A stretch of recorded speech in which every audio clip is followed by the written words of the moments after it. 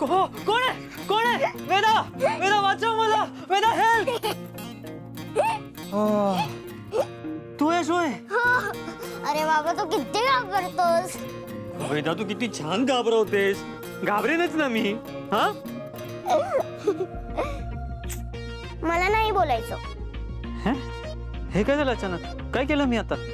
आज तू इतका लेट का आलास? आज आपल्या घरी दसरा आहे ना.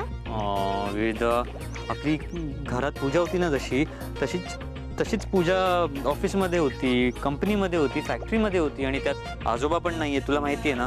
तर ते सगळं मॅनेज करून येता येता मला उशीर झाला. सॉरी. बरं ठीक आहे. हे घे सोना, शुभ दसरा.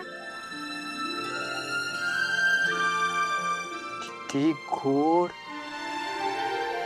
शुभ दसरा तुला पण बेबी.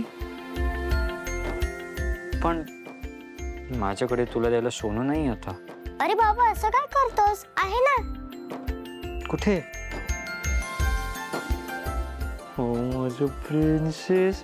हे सोनं ना मी तुला लाईफ टाइम देऊ शकतो. Happy Dasara, happy Dasara, happy Dasara. बाबा एक बोलू का? दोन बोल. एकच. अच्छा मग एकच बोल. हायचं एक गोसिप आहे. काय म्हणतेस? काय गॉसिप आहे सांग मला. आई ना मायामावशीसारखी एकटीच बडबडत असते. आधी नव्हतं असं, पण मायामावशी तिची बहीण आहे हे कळाल्यापासून असं सुरू झालं आहे.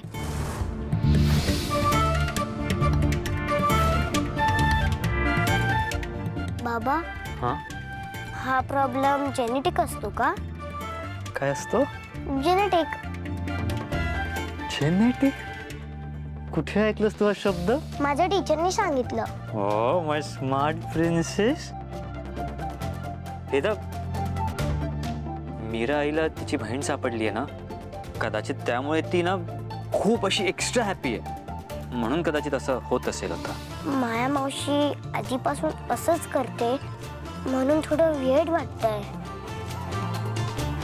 किती विचार करायला लागलं माझं बाळ.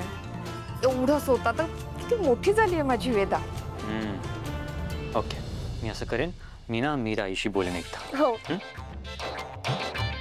काय काय बोलायचं माझ्याशी? काय नाही. हो काहीच नाही. हो तुम्ही बोलत होतात ना काहीतरी. नाही कुठे काय? आम्ही कशाला काय बोलू. हो ना बाबा. हो हो बरोबर आपण काय बोलत होतो? नाही नाही. बघ नाही.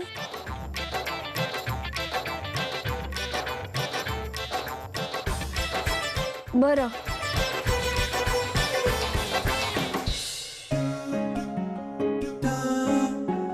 मीरा हे दोघे फसवत आहेत तुला. ही वेदा जासूस आहे तिच्या बाबांची आणि आत्ता नाही पूर्वीपासून अशीच आहे.